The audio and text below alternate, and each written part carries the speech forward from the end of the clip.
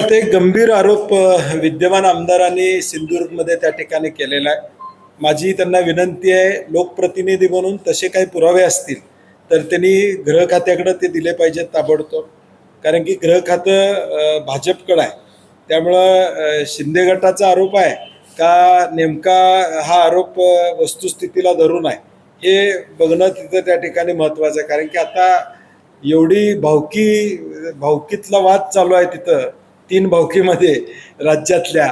त्यामुळं नेमका हा आरोप करण्यामागचा हेतू काय आहे हा महत्त्वाचा विषय एक. आणि दुसरा, जर सत्तेतले आमदार हे सांगत असतील तर मला वाटतं गृहमंत्र्यांनी त्याची दखल घेतली पाहिजे, त्यांच्याकडून पुरावे मागितले पाहिजेत. नुसतं आरोप करून या ठिकाणी उपयोग नाही. ज्यावेळी लोकप्रतिनिधी एखादा आरोप करतो त्यावेळी त्याला ऑथेंटिसिटी असली पाहिजे. आणि माझी त्या विद्यमान आमदारांना देखील विनंती आहे की तुमचे पुरावे तुम्ही गृहमंत्र्यांच्याकडे द्या, तरच तुमची विश्वासार्हता टिकून राहील. तुम्ही बोललेल्या याच्यावर विश्वास लोक ठेवतील आणि हा खरं काय खोटं काय हे लोकांच्या समोर येईल आणि याची चौकशी होईल. हे आहे गोकुळचं श्रीखंड, अगदी जिभेवर रेंगाळणार. जिभेवरच नाही तर मनावरही रेंगाळणार. गोकुळ श्रीखंड, मनावर रेंगाळणार.